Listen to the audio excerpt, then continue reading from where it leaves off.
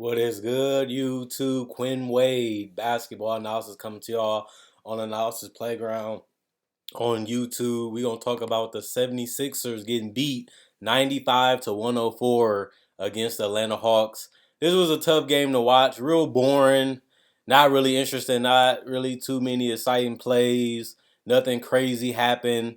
The game pretty much was over to me in the first quarter. Atlanta outscored the Philadelphia 76ers 29 to 20. They ended up going in the second quarter 17 to 22, third quarter 34 to 24, and the fourth quarter 24 to 29. They never really trailed in this game, was able to coast to a W.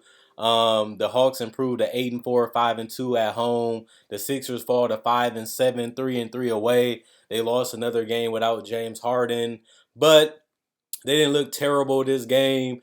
Just didn't look aggressive. Just didn't really look like they wanted this W. Very casual, very laid back this game. Didn't really have the fight in them tonight. But it happens. You're not going to have it every night. It's a long season. Plus, they have a lot of injuries. It's understandable for them to let one go against a team that's, to me, just better than them. And they match up well. Remember, these two teams did play in the Eastern Conference Finals about 2 years ago, and the Hawks ended up beating them. Just a bad matchup for the Sixers the last couple years, just like the Celtics. But the Hawks did what they supposed to do. John Collins had another subpar game to me. 3 of 11 from the field, 0 of 3 from 3. He takes more threes to me than being in the paint. He's more of a perimeter player, even though he should be closer to the basket. He's more dominant dunking and catching lobs and hitting floaters than he is hitting mid-range and threes.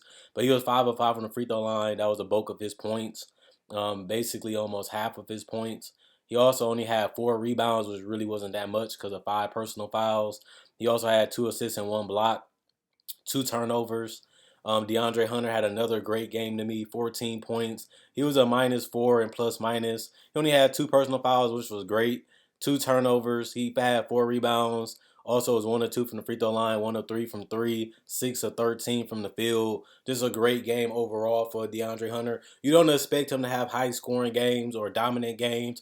This is a DeJounte Murray, Trae Young led team. You expect the role players just to fill in and do casual numbers, 15, 16, 20 points every given night, any given night. And I feel like Clint Capella was the one that rose to the occasion, just like DeAndre Hunter. 18 points, 20 rebounds, 15 of them was defensive for Clint Capella. Also had 1 turnover. He only had 2 personal fouls, which was great because he was going against Joel Embiid. But Joel Embiid been more perimeter oriented the last couple games. So it was good to see that he didn't get in foul trouble. It ended up being John Collins, the one that got in the foul trouble, which isn't that bad considering that Capella is the better defender. You'd rather have Clint Capella in the paint, manning that thing and protecting the rim than John Collins. Honestly, even in pick and roll, even in rotations, when it comes to making sure people don't get the floater range. Capella is more faster, more nimble, and more athletic and more lankier. He just covers more space and can be a deterrent at the rim. So I like the fact that he wasn't the one that got in foul trouble.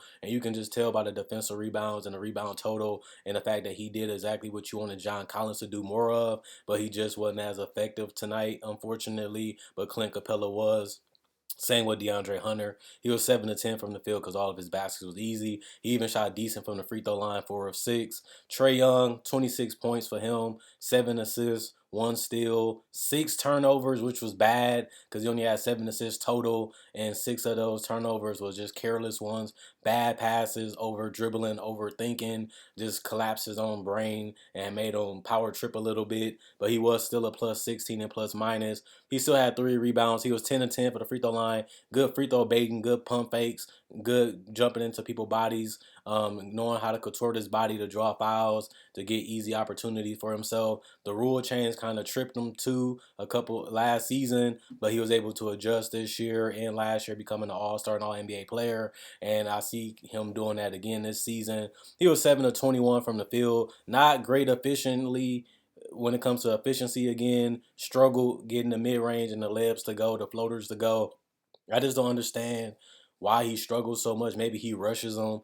maybe he thinks too much in his head, trying to figure out when to pass, when to score, and just can't get a good balance when it comes to scoring. I know he's a one-man offense sometimes, but his efficiency has to improve if they want to beat the better teams, because they're going to rely on him to make the bulk of their decisions, and you want him to turn the ball over less. 6 turnovers way too much. Plus, he didn't shoot well from three either. He was 2 for 8 from the 3 point line. What really saved him was the free throws, shooting 100% with 10 attempts and 10 makes. But efficiency, he got to improve his decision making when it comes to careless passing, sloppy ball handling, and just overthinking. Same with the field goal percentage. He has to get his floaters off more clean. He has to get a better look at the basket when he gets into the basket, and he has to make his threes more smart attempts instead of just rushing up attempts just because he has the say so and the green light to do it. That's just a way that he can improve. Not trying to criticize him and make it seem like he's not a great player. It's just constructive criticism to take his game to an even higher level so he can be all NBA first team, instead on the second and third team. He can be an all-star starter again and help this team try to win a title in Atlanta, something that had never been done in my memory. 10 points for DeJounte Murray, 8 assists. He only had 2 turnovers, 1 personal foul. He was a negative 14. He had 2 steals, 5 of 13 from the field. Couldn't make a three tonight, 0 of 4 from the 3 point line, but still a solid game for him. Okongwu, another great game for him. In 21 minutes, he had 10 points, 11 rebounds, and he still did have 5 personal fouls, just a little too small, a little too aggressive when it comes to defending the paint. Got into some little ticky tack fouls that he normally does. Just IQ wise, you gotta be better when making those decisions, when to rotate, when to help, and when to try to go for a block or a steal. And you can get caught and pump fakes, just something that he has to work on. Just constructive criticism to help him improve his game. 5 or 6 from the field for him. Griffin, AJ Griffin, 3 points, +6, plus minus, 2 personal fouls, 1 turnover, 1 steal, 1 assist, 2 rebounds total. 1 or 2 from three, which was solid. 1 or 3 from the field. Not really gonna play that many minutes because of DeAndre Hunter, who played 32. AJ Griffin is just a great backup until they get back Bogdanovich. Um, Justin Holiday had a great game to me. 23 minutes, 6 points, 2 of 4 from the field and three, 4 rebounds. He was a +11. He had 3 turnovers just because he's not accustomed to doing a lot with the ball, and he has to get adjusted to that when he plays a little bit more minutes. I like him a little bit more than AJ Griffin just because of experience and just because he's a better shooter at this point of their careers, but you still do need both because of injuries. Johnson had another solid game, didn't scream crazy numbers offensively, but 2 points, 1 steal, 1 rebound, and 1 of 2 from the field. He only played 6 minutes and he was a +8. That's just a solid game. And then Aaron Holiday had another great game to me off the bench within his minutes, 24 minutes. He was 2 of 5 from the field, 0 of 2 from three, but he did have 2 rebounds, 1 assist, and 2 steals. And he had 4 personal fouls, and +15 from the field, 4 points, just decent for him. But then when you look at the miserable Sixers, just lack energy tonight. PJ Tucker to me is another non-show for him. 3 points, 1 turnover, 1 personal foul, 1 block, 3 rebounds, 1 of 2 from three. I think they need to remove him from the starting lineup. I think he'd be better coming off that bench than the starter. He hasn't been that ideal pickup that they thought that he could be, like he was with the Bucks when they won a title. He didn't play well to me either in Miami. Hasn't really played that great for Philly either. I think they should probably put George Niang back in that starting lineup, or Cork Maz to me, just to add a little bit more shooting and a little bit more size and just another weapon offensively. His defense has declined too, and he's very foul prone, even though he didn't do that tonight. Tobias Harris, 34 minutes. He was 5 of 15. Didn't shoot the ball well from the field or from three. Didn't even make a three tonight. He was 0 of 4 from three. He was 2 of 2 from the free throw line. He had 3 assists, 4 steals, 1 turnover, 1 personal foul. He was negative 13 and plus minus. He only had 12 points. Just a mediocre game to bad game for Tobias. You just don't know what you're going to get out of Tobias each and every night. Some games it looks like he's one of the best small forward slash power forwards in the league, and some games it just look he's just another player out there. Unfortunately for the Sixers, it seems like they got to steal getting him and Jimmy Butler, and Jimmy Butler's already gone. Then they signed Tobias to this extension, and it just hasn't aged that well so far, even though he's not that old in NBA years and NBA play. Um, 26 points for Joel Embiid, 9 of 18, 50% for him. He was 0 of 3. Well, he was 0 of 3 from the 3-point line, 8 of 10 from the free throw line. He had 13 rebounds, so he had 20 and 10, 2 assists, 1 steal. He had 7 turnovers, just doing a little bit too much on the offensive end, trying to post, trying to score, trying to attack off the dribble. Couldn't really get consistency of how he wanted to attack the defense, especially because he can't post. That's why I think Court Miles will give them another guy that can shoot and give him space, and just like we've seen, or George Niang can do it too. He just need another shooter out there so that he can operate more in the paint.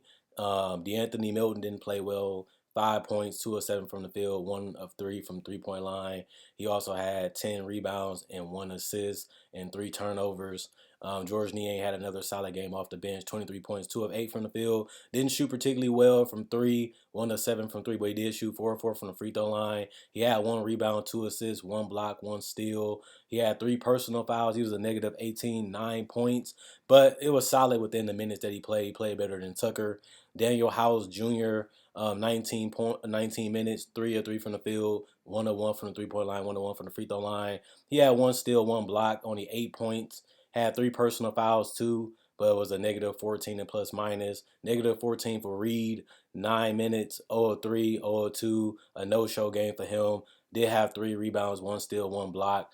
Then he also accumulated 3 fouls in those quick 9 minutes, which is not good. Harrell, a mediocre game, but it was good for the minutes that he played. 3 minutes, 3 of 3 from the field, 2 of 3 from the free throw line, 2 rebounds, 1 steal, 1 personal foul, plus 7, 8 points. Matisse Thybulle had another bad shooting game, 0 of 2 from the field, 0 of 1 from three. Had 1 steal, 1 turnover, plus 6, but didn't score a basket. 0 goose egg for him. Shake Milton had 5 points, 7 rebounds, 1 assist, 0 of 1 from three, 2 of 5 from the field, 1 of 2 from the free throw line. Solid game for him. And Court Miles, the guy that continued to decline in minutes, but they need more shooting out there. 8 minutes, he had 4 of 4 from the free throw line, didn't attempt a field goal or a three. All his points came from the free throw line. 1 assist, 4 points. They shot 38% from the field, 20% from three, showing you that they had lack of 3-point shooting. 83% from the free throw line. Also, the Hawks didn't shoot well from three either. 44% from the field, 23% from three, 87% from the free throw line. This looks like a 90s game where everybody's just struggling to get a basket. Everybody's struggling to make a basket. People can't get the spacing that's required to get good looks, and even when they get good looks, they were just so used to shooting bad looks that they just couldn't make them. A low scoring game for the NBA today. 104 points was the high, and just a solid game for the Hawks. They gutted it out. They got it done. They beat the opponent that they should have beat tonight.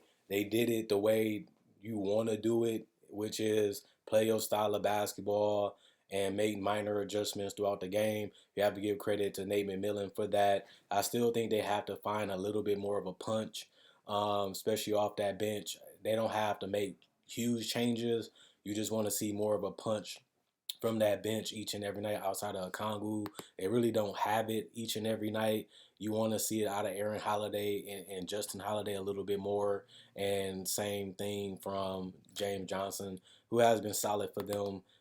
Just want to see a little bit more in high anticipated elite competition games. And for the Sixers, no James Harden, Tyrese Maxey, another game. You just want to see them play better and do better. Like I said, Tyrese Maxey, 15 points, 5 of 17 from the field, 2 of 6 from three, 3 of 4 from the free throw line, 4 rebounds, 5 assists. You just expect a little bit more out of him consistently as the NBA and the future for him goes forward. You just need more from Tyrese Maxey if he's going to be wanting the contract that he wants. He has to play at an all-star caliber level. They need a big three if they want to win a championship in Philly. I know James Harden. I know what he can do. I know what Big B can do. The guys that's unproven is Tobias and Maxey. We still trying to see which one of those guys are going to step up for them. And we're going to see if Niang gets adjusted to the starting lineup or Korkmaz.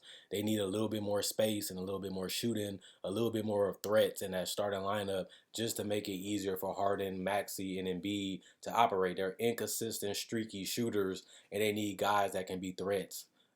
from the 3-point line for them to operate the way they need to operate and be able to pound them in the paint while also being able to play their game a little bit more comfortably outside of the paint and let it come to them more naturally. That just me. That's just an organic way of looking at it, an organic way of playing basketball, a more smooth, comfortable, relaxation way of playing basketball. The Hawks did it. They just didn't make their shots the way they needed to, unless this game would have been a blowout. Other than that, Quinn Wade, Basketball Analysis, signing out on Analysis Playground on YouTube. Also, check out my website, like on Facebook, like, comment, subscribe on YouTube.